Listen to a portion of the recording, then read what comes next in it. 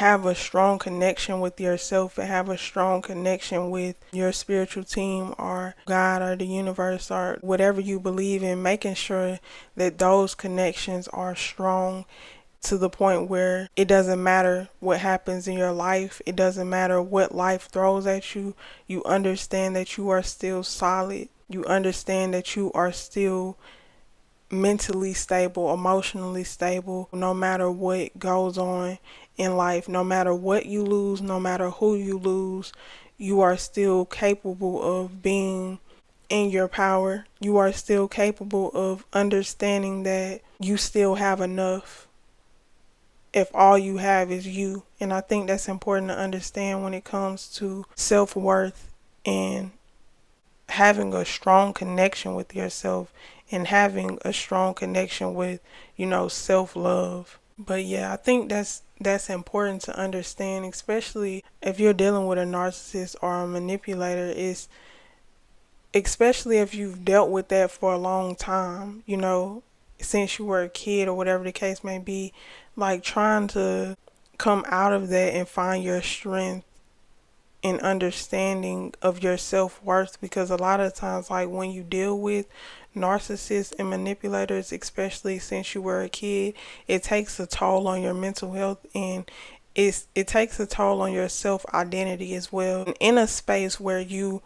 dealt with that since you were a kid, whether that be, somebody that you had to grow up with, like your mom or your dad or your siblings,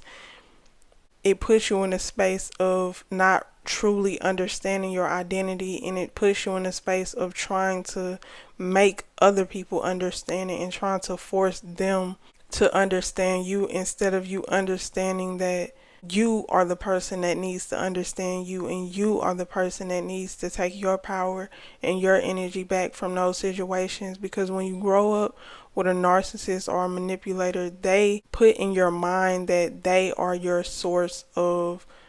identity. They put in your mind that they are the person that you need to make sure that you run everything by them, especially when it's like you trying to stand in your truth. They put in your mind that you have to run it by them and make sure first that that is okay with them. And when you separate yourself from that, when you start to choose yourself and love yourself, that makes them very uncomfortable. And if you know narcissists or manipulators traits, when you do that, when you walk away from them, they want to make sure that everyone knows that it wasn't their fault. They want to make sure that they are getting the validation that you were giving them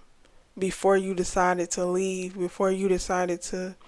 find yourself and love yourself. So they do a smear campaign on your name and make sure that everyone knows that it wasn't their fault and it was all your fault, even if they have to make up lies to feel better about themselves. And so because you were in that situation for so long and you ran by them your self-identity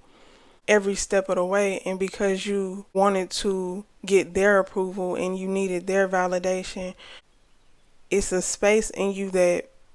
wants to do it again. It's a space in you that makes you want to prove people wrong and tell people who you really are. But I think it's important to understand that, like, the most powerful thing you can do when it comes to a narcissist or a manipulator is understand yourself and understand that to take your power completely away from them and to take your energy completely away from them and allow yourself to just stand in your truth and allow yourself to work on yourself and do the shadow work, and also not only just stay in the shadow work and stay in the healing process, but also see your light and take the shades off for yourself,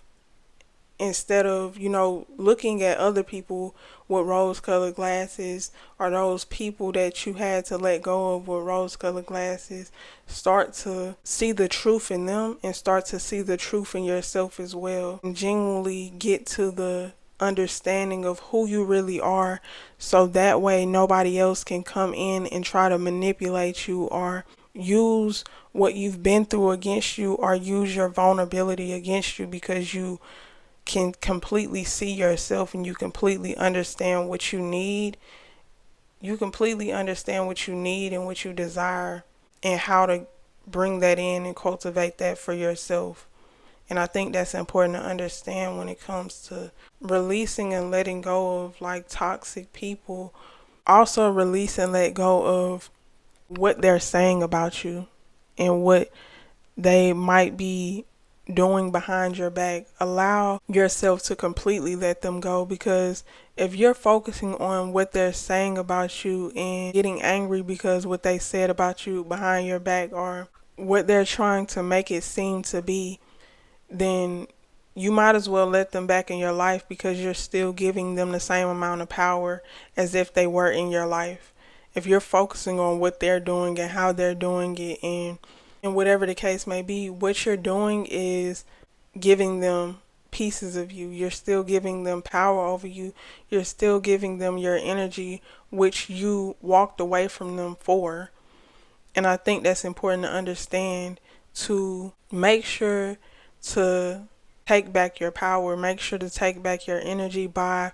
allowing yourself to deal with your emotions, allowing yourself to nurture your emotions, allowing yourself to be honest with yourself about your emotions, and allowing yourself to, most importantly, take accountability. Truly understand why you felt like you deserved that connection in the first place, why you feel guilty for letting them go, why you feel some type of shame for letting them go. Allow yourself to truly ask yourself questions and understand the mechanisms on how to really heal and how to really take your power back, because cutting a person off is just the first step of showing yourself that you love yourself and showing yourself that you deserve better. But also, another part of taking your power and your energy back is allowing yourself to feel your emotions and be honest with yourself, and allowing yourself to hurt from losing that connection. It's okay to be sad or angry that you had to let that person go, but it's also important to understand that sometimes, in order to be healthier for yourself, you have to do the necessary steps in order to release people, in order to let people go, in order to stand in your power, because that person was taking power and energy away from you when you were with them. And if you continuously not deal with, when you walk away, when you continuously not deal with the emotions and the trauma and the hurt and the pain, you don't nurture your emotions and allow yourself to feel what you feel, then they will continue to have power, and they will continue to be feeding on your energy.